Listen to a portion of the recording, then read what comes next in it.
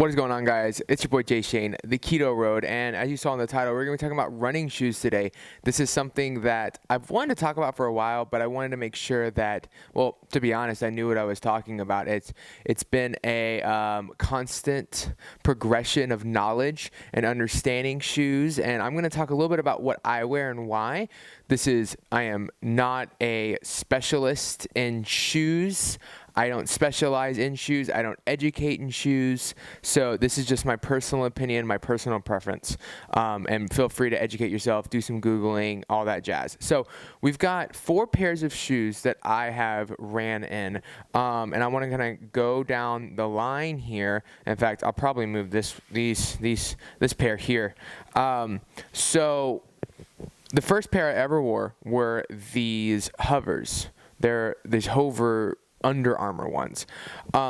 They have quite the heel drop. So basically the way the heel drop is they measure the distance from when the toe to the ground to the heel to the ground, and the difference is the heel drop. The higher the heel drop, the more chance of a heel strike for most people. Now, if you have a heavy arch, sometimes a heel drop is higher because there's more arch support. Sometimes it's not. I know those two aren't necessarily always correlated, but I do know that some people prefer a higher heel drop. I found that for me, with the kind of running form that I do, which I want to make a video on that too, it's called the pose method. You could Google that or YouTube search it, and there's a lot of videos about the pose method out there. But it really tries to encourage a flat foot contact. And so you want your heel drop to be as low as possible, because that's going to take away the chance of you heel striking, which is going to kind of get in the way of energy absorption and can lead to injury, because a lot of the impact is hitting your heel first and not getting absorbed from the entire foot as a whole, which can put too much pressure on your heel. Which can lead to misalignment, which can lead to knee injuries and heel injuries and hip injuries and just all that jazz. And so making sure that you have the right heel drop for you is super important, because depending on your running form, depending on your foot arch, all of that, like, those things matter.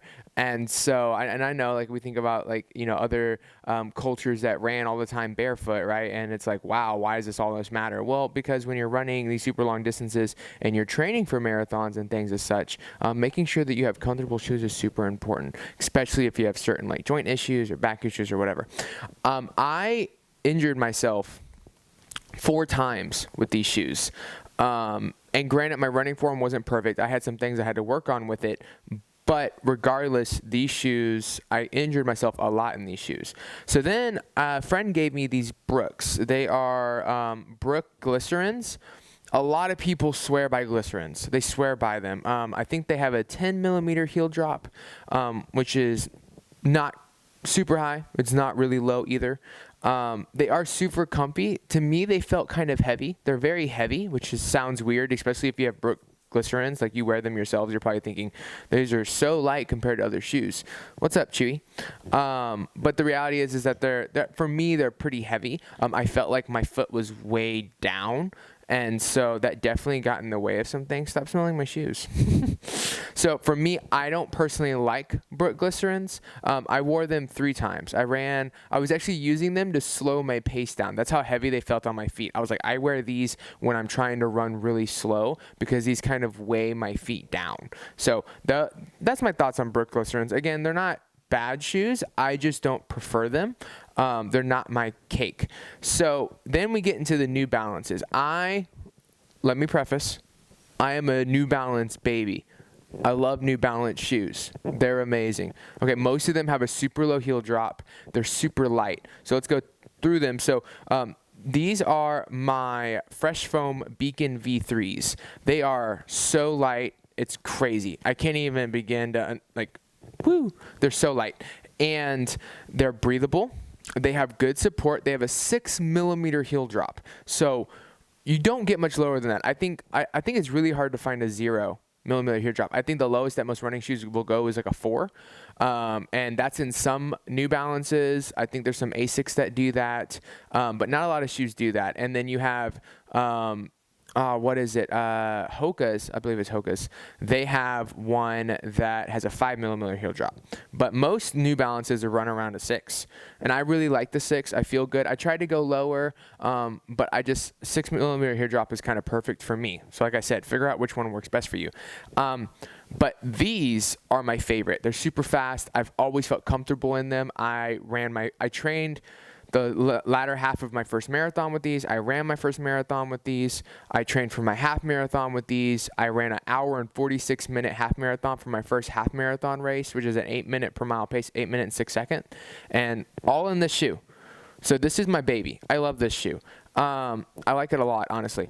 The only thing I would say is in a way, I felt like they didn't give me enough support on the front part of my ankle.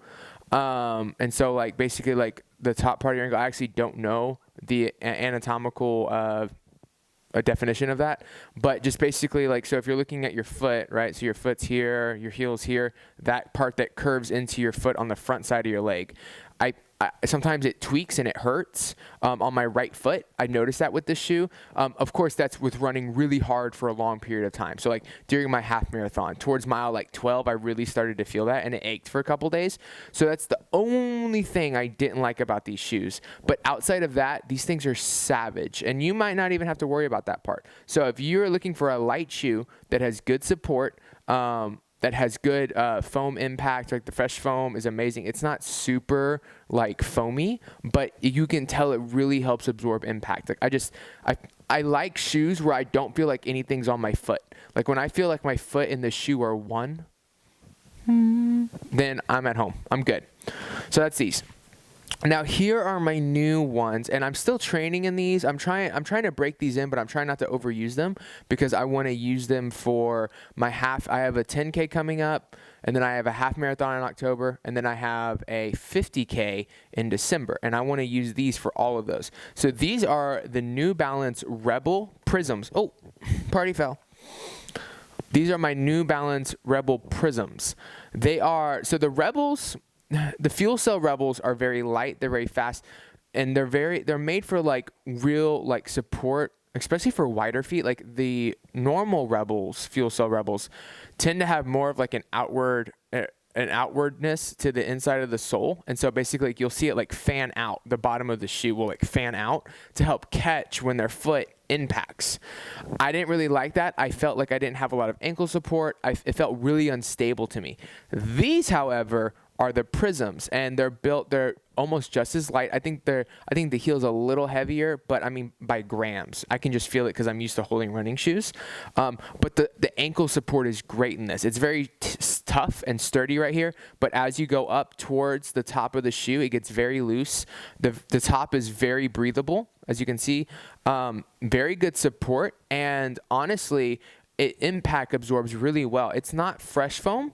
Again, you can even look, you can see like the difference in the way that the foam looks and the heel and the sole looks.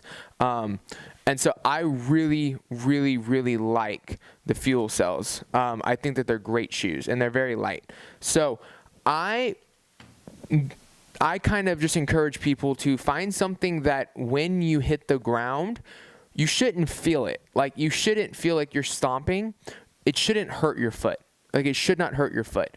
Even when you're breaking a shoe in, there might be some soreness that happens and some achiness that happens after the run. But during the run, you shouldn't really feel pain, right? And so I think finding something that's comfortable, something that honestly, like it feels like there's nothing on your foot. You should feel like you and the shoe are one. And it's something that impacts well, and something that has really good, has good ankle support. Some people don't need as much ankle support. It's really up to the preference of the runner, but that's what I have found I really enjoy, is something with solid ankle support going up into the top of the Achilles tendon. Right, so like even these shoes, like they're tough right here, and then as they go up, they get softer. So I feel like I have that good ankle support up until the top where it's loose, and so my ankle can kind of move. But at the bottom where my heel is, I feel like I have a lot more support. Whereas the original Rebel Fuel Cells, it's not tough right here. It's very soft all around, and I feel like my foot was wobbly, and I don't like that. So that is my class, guys. Those are the shoes I wear. that's what I prefer. If you have any questions, if you want to talk more about this in the DMs, feel free to go on my Instagram at the KETO Road and talk to me. I like talking about this kind of stuff. This video is really just me nerding out with you. Let me know if you want more videos like this, sit down and talks. I can definitely do that. I appreciate you guys. I hope you have a great day. See you next time.